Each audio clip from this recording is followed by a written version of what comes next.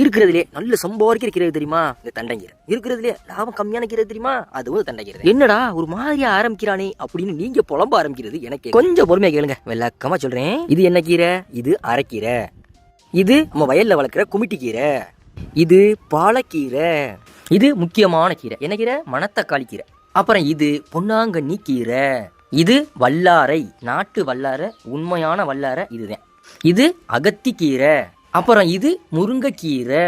அட முட்டாள், இந்த கீரைலாம் எங்களுக்கே தெரியுமாடா. இப்ப நீ சொன்னதுக்கு இதுக்கு என்னடா சம்பந்தம்? கொஞ்சம் இருங்க, இவ்வளவு நேரம் நீங்க பாத்தீங்கல்ல கீரை, இது எல்லாமே அறுக்கிற கீரை. அறுத்துட்டா திரும்ப திரும்ப தளைஞ்சுக்கிட்டே இருக்கும். 6 மாசம் வரைக்கும் அறுவடை செய்யலாம். ஆனா அந்த தண்டங்கீரை வேரோட புடுங்குற கீரை. ஒரே தடவை ஒரு தடவை புடிங்கிட்டோம்னா சொல்லி முடிச்சு, அடுத்து மறுக்காவ தான் விதை போடணும். இந்த கீரையை 20 ரூபாய்க்கு வித்தாதான் லாபம். அது எங்க ஊர்ல 20 ரூபாய் சொன்னோம்னா என்ன 4 தண்டுதே இருக்கு 20 ரூபாய் சொல்ற அப்படின்னு சண்டைக்கு வராங்க. விற்கிற விலைவாசிக்கு இந்த கீரை கிட்ட 10 ரூபாய்க்கு வித்தா எனக்கு கிடைக்கிறது 1 ரூபாய் லாபம். அதுவும் சோத்துக்கே சரியா போகும். தங்க விலையோ ஏத்தமா ஏறுது, அதைத்தான் வாங்கி வாங்கி குமிக்கிறோம். இந்த கீரை விற்கிறேன் பொழப்பு நாத்தமா நாறுது. அதை எங்கே நாம நினைக்கிறோம்.